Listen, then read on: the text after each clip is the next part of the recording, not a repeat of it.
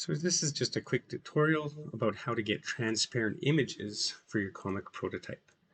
So the first thing you want to do is go to images.google.com, and then you want to use the keywords cartoon and then whatever you're looking for. So I'm going to look for a cartoon dog. Once these images come up, then you're going to click on Tools, click on Color, and click on Transparent, and that will bring up images that have a transparent background.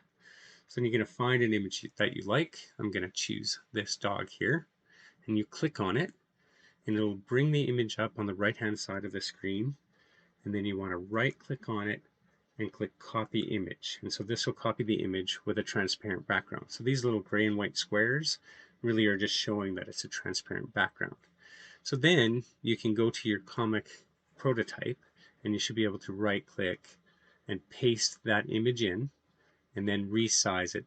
As you'll see, it has a transparent background, so you can see the background image behind it, and put it onto your comic prototype. So that's all there is to getting transparent images from Google.